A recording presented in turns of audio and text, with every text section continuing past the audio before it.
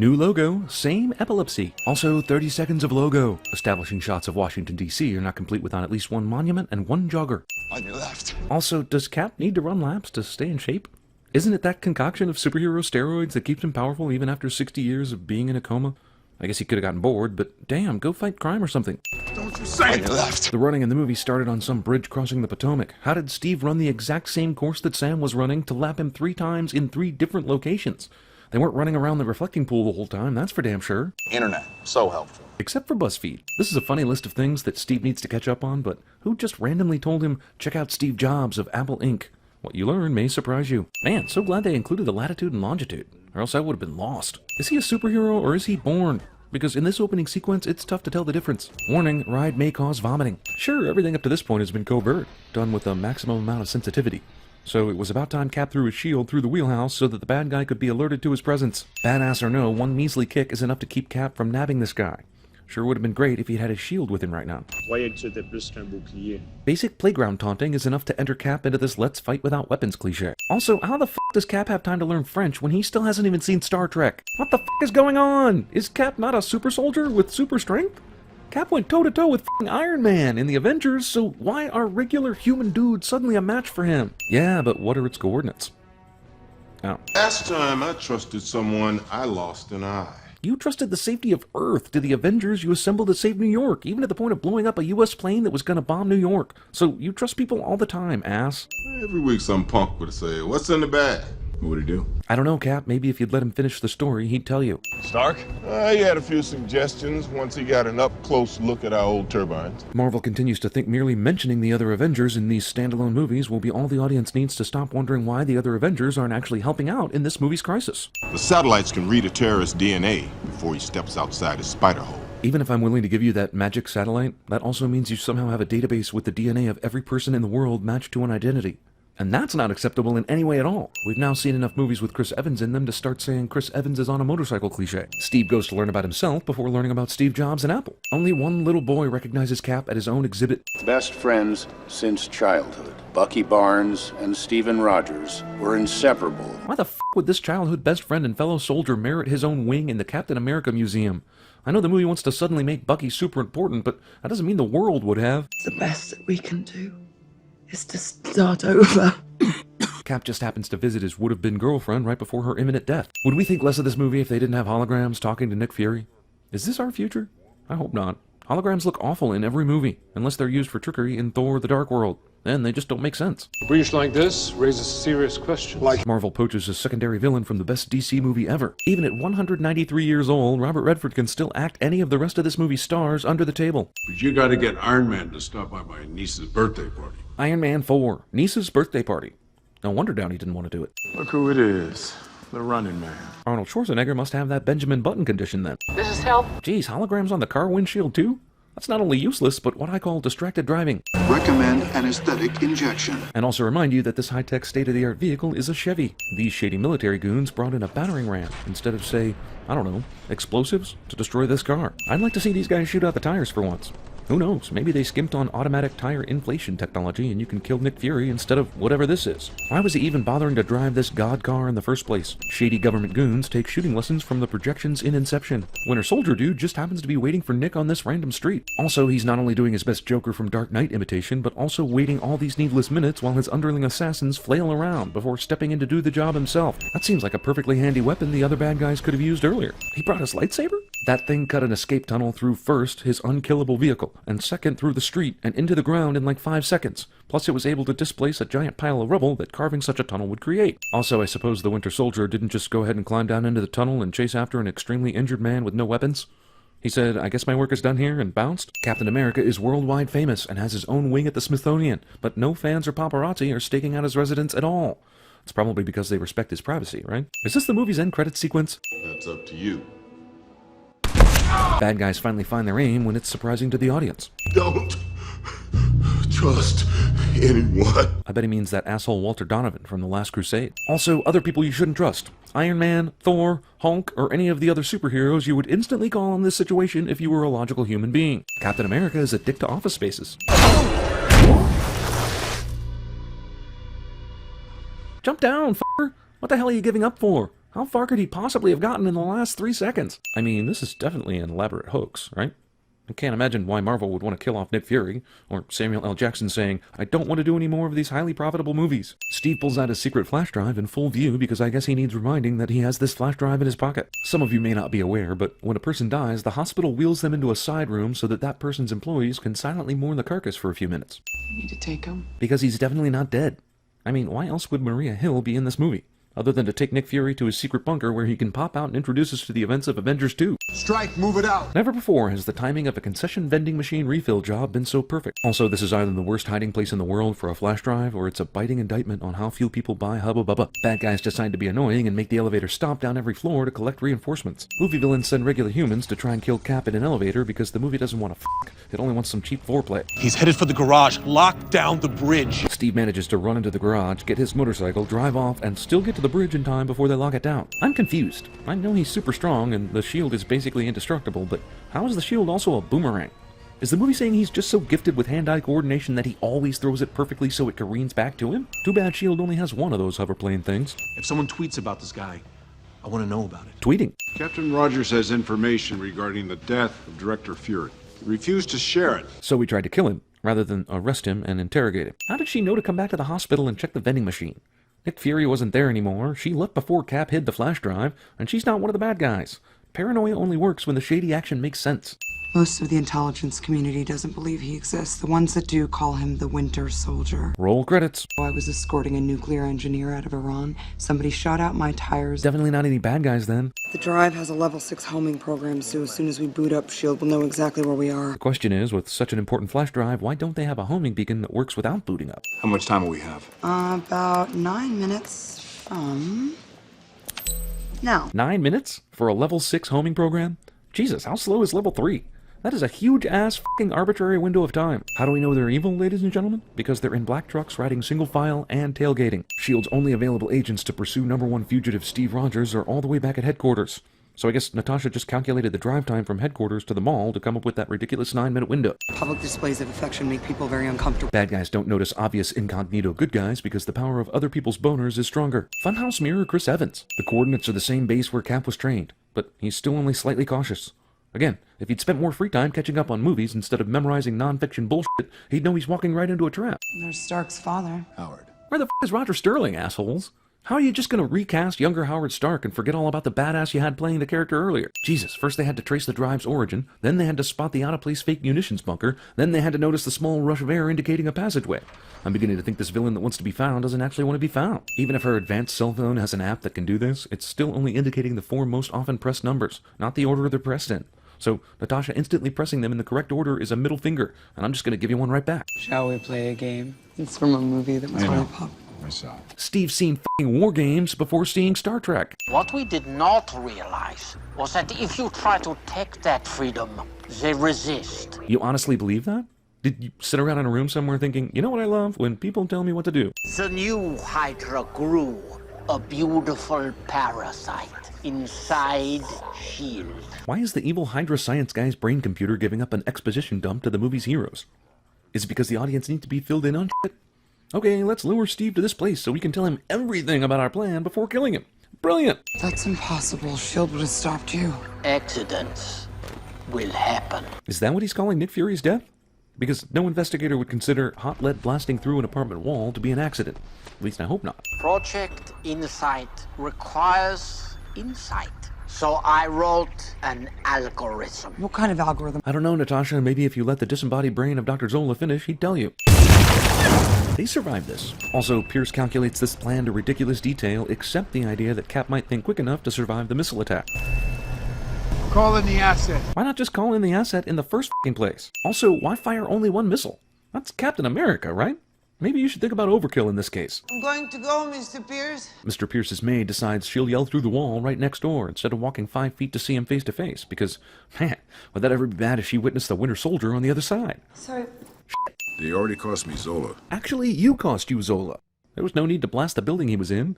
You could have easily waited until they got outside for a surprise attack. You could have just gone ahead and used this dude in the first place. Oh, Renata, I wish you would have knocked. Villain kills innocent person unnecessarily because it's time for the audience to know he's evil cliché. Hey, I met you once while running, and then again at a recovery group meeting, so I automatically know where you live.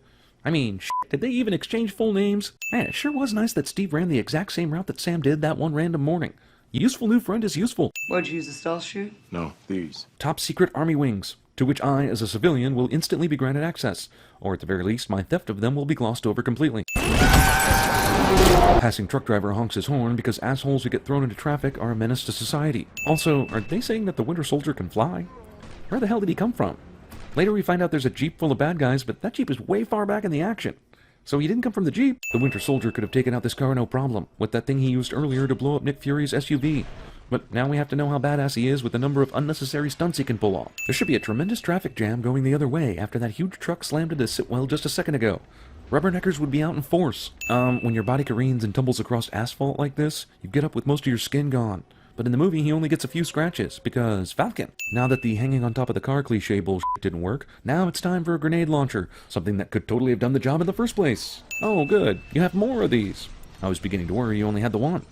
Anyway, good timing. Okay, so Natasha is running underneath a 4-lane bridge. She's running. Running. More running.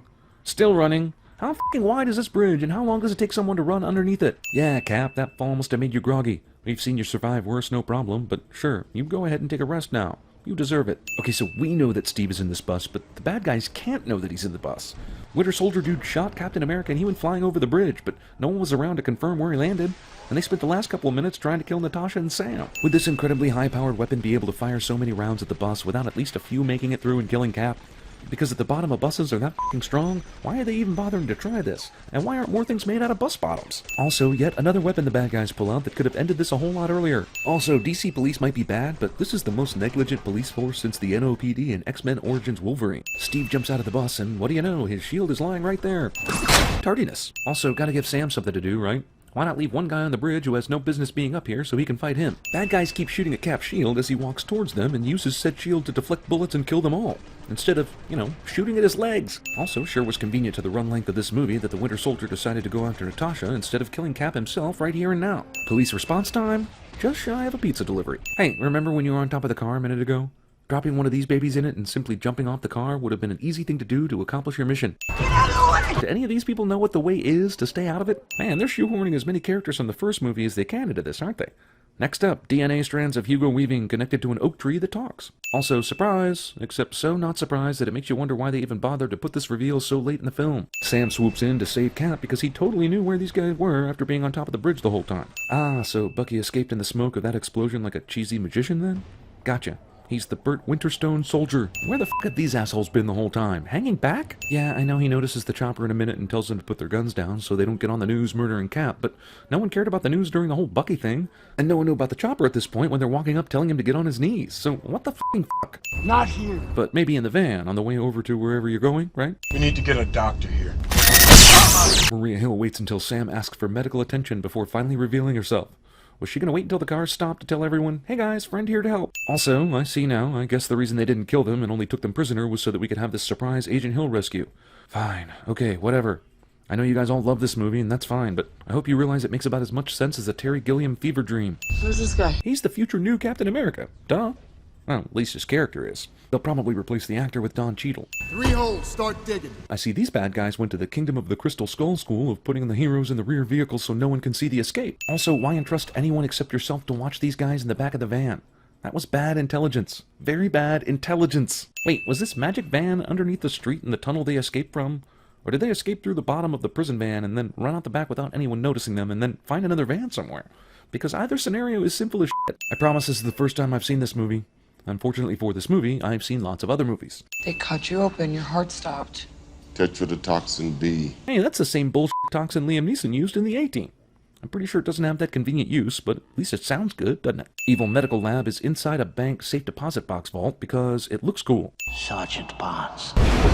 Bucky! Yeah, about that. Remember in the first Captain America when they were on the train? Well, Dr. Zola was also on that train.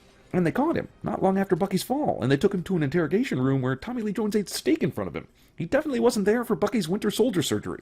And I'm calling bullshit on anyone else walking around looking for Winter Soldier candidates at that time. Bunch of superheroes come up with a Mission Impossible style plan involving swapping out guidance chips, instead of a plan where Cap infiltrates the carriers one at a time and punches their engines until they fall out of the sky. Also, seriously, the only reason Fury isn't calling Iron Man right now is because Robert Downey Jr. is too damn expensive. So thanks, Marvel, for giving us this massive cinematic universe that only makes sense during the Avengers films. I'm with you to the end of the line, pal. Irony. Also, what a great scene. It shows us the friendship that we already knew existed, and adds extra time to a movie that's over 2 hours. Superb. He doesn't know you. He will. Because the power of friendship is stronger. Oh, man. I am so fired. I wish. Also, why did Cap need to steal this museum suit? When he escaped S.H.I.E.L.D. headquarters, he had the suit on. And the next time we see him is in the hospital wearing civvies. So obviously he hid the current suit somewhere and should be able to get it back. Instead, movie has him steal one because f***ing Stan Lee. We are in final launch sequence. Well, of course you are. The heroes have to show up in time to stop it, so you couldn't have done this any earlier, that's for sure. Kate falls for this. I guess they consulted GoldenEye on how to build humongous shit underwater. Things! Gymnastics! Dodging! I was just about to give this movie some sin points back for having this surprise badass older lady destroying all these dudes. But then this Mission Impossible shit happens and, well, I'm suddenly thrust back into the Brain Dead Academy School of Arts. Also, once again, technology that could be extremely useful for both sides is used for one surprise attack for movie purposes. State-of-the-art next-generation helicarriers are hella bad at aiming. Well, even if one of those one-at-a-time dudes had fired their guns, this whole thing would be over. Bam. Evil wins. Hydra watched Star Wars, saw the completely unguarded glaring weakness in the Death Star, and said, hey, let's set up our own vulnerability to be similarly deserted. Couldn't they just throw a grenade in one of these things and do the exact same job quicker? Later, they're gonna blow these helicarriers out of the sky anyway, so why don't they just blow up the control panel? Why Bucky ditch the goggles and mouthguard part of his uniform? Is it because Steve knows his true identity now? Because Bucky doesn't know that. Remember how he was brainwashed again last night? Disabling the encryption is an executive order. It takes 2 Alpha-level members. Don't worry. Company's coming. On cue, explanatory helicopter lands just outside right as she says this. What the f*** is going on? Fury has a separate security clearance for his f***ed up eyeball? How would it be connected in the system to his identity but not noticed by Pierce when he was wiping former Director Fury's security clearance? Oh, come on. You just evaded tons of anti-aircraft fire earlier. Now you're gonna get nabbed by something as clunky as a grappling hook? Winter Soldier says, F it, we'll let gravity decide this. No. There wasn't nearly enough time for that parachute to break your fall. I see this helicarrier was built with movie fights in mind. Unless you want a 2-inch hole in your sternum, I put that gun down. Why didn't you just do this before? Like, when this was happening? Sure, she punched you in the face, but how long would it have taken to get that handy remote and fry her ass? That was armed the moment you pinned it on. But why? Were you afraid that when the council members learned what you were doing with Insight, they'd blast their way out of S.H.I.E.L.D. and go tell the world about your plans? I really need some f***ed up way to make sure they don't do that. I know, badges that burn through sternums. God, I'm a genius. Discount Rocky 3, and the movie hasn't even ended yet. I see getting choked unconscious gave Bucky his aim back. Fire when ready. Man, I hope they do that thing where they're ready to fire, but it still takes them a while just to add tension. Firing in 3. Fire now. But why? You have these ships locked now. They pose no danger. This is a hero sacrifices himself to save the world cliche, but the world is already safe. Geez, Michael Bay thinks this sequence of explosions is excessive. I guess it's lucky none of these ships crashed in downtown Washington, right? Also, by the way, is anyone in Washington giving a shit about this? Just a minute ago, we saw these things targeting everyone in the city, including the president, who was nice and cozy at the White House, apparently unconcerned about all the explosions he was hearing earlier. And none of the debris landed on or endangered anyone except bad guys. The final helicarrier somehow has a sense of poetic justice, deciding to crash directly into the bad guy headquarters. Geez, they're still fighting. Why hasn't anybody won yet? Why not? He had no idea where the helicopter was, and the helicopter had no idea where he was, and even though he lands headfirst into a helicopter door, he survives this. Don't worry, I'm sure they'll find that one-of-a-kind item before the next Avengers movie. Somehow. Because I'm with you to the end of the line. Well, here's one of our favorites. The old character repeats dialogue back at the person who said it to him, this time with extra subtext routine. It's a classic. Annoyance. Movie continues to think I haven't seen other movies before and pretends Steve isn't going to be saved at the last minute by Bucky. As you can see, the US military, DC police, firefighters, and so on have jumped all over this crisis in downtown Washington. It's a trick, Steve! It's 70 more years into the future. That guy you think is Sam is wearing one of those things Natasha wore a minute ago to pretend that he's Sam. You're not going to put any of us in a prison. You know why? Probably because you're so gorgeous, dollface. Haha, Pulp Fiction reference. He'll probably strike down upon thee with great diehard with a vengeance and Nick Furious anger, am I right? Masturbatory fanboy evil weapon technology that half the audience will have to Google to learn about. Elizabeth Olsen isn't my girlfriend in this mid-credit sequence. End credit scene expects me to be surprised that Bucky is out there, but damn, we saw him drag Cap to the edge of the water and walk off into the sunset. So, I mean, yeah, totally. He's out there. Also, in the movie's second end credit sequence, Bucky goes to learn about himself before he even learns about Steve Jobs and Apple.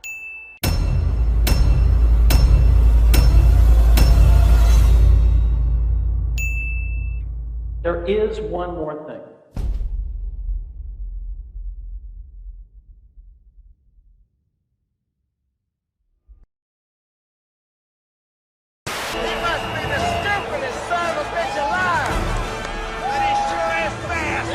Top mercs led by this guy, ex-DGSE. We are an unarmed freighter. We have 2 skiffs approaching with armed intruders. Potential piracy situation.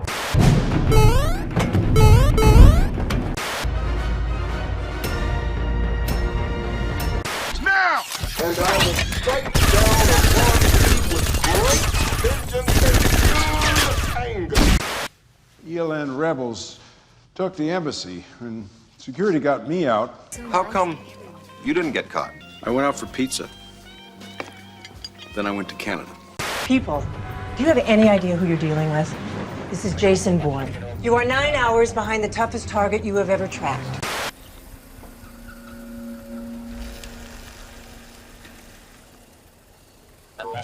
System. Y-E-S. Yes. Shall we play a game? Hello, Neo. Who are you?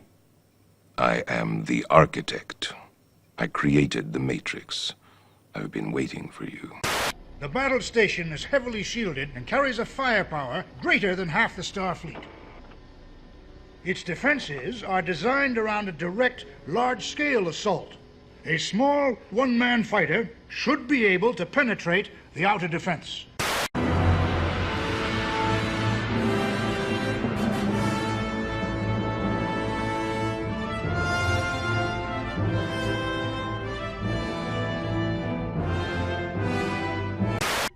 Attention all SHIELD agents. This is Steve Rogers. I may not be a master builder. I may not have a lot of experience fighting or leading or coming up with plans or having ideas in general.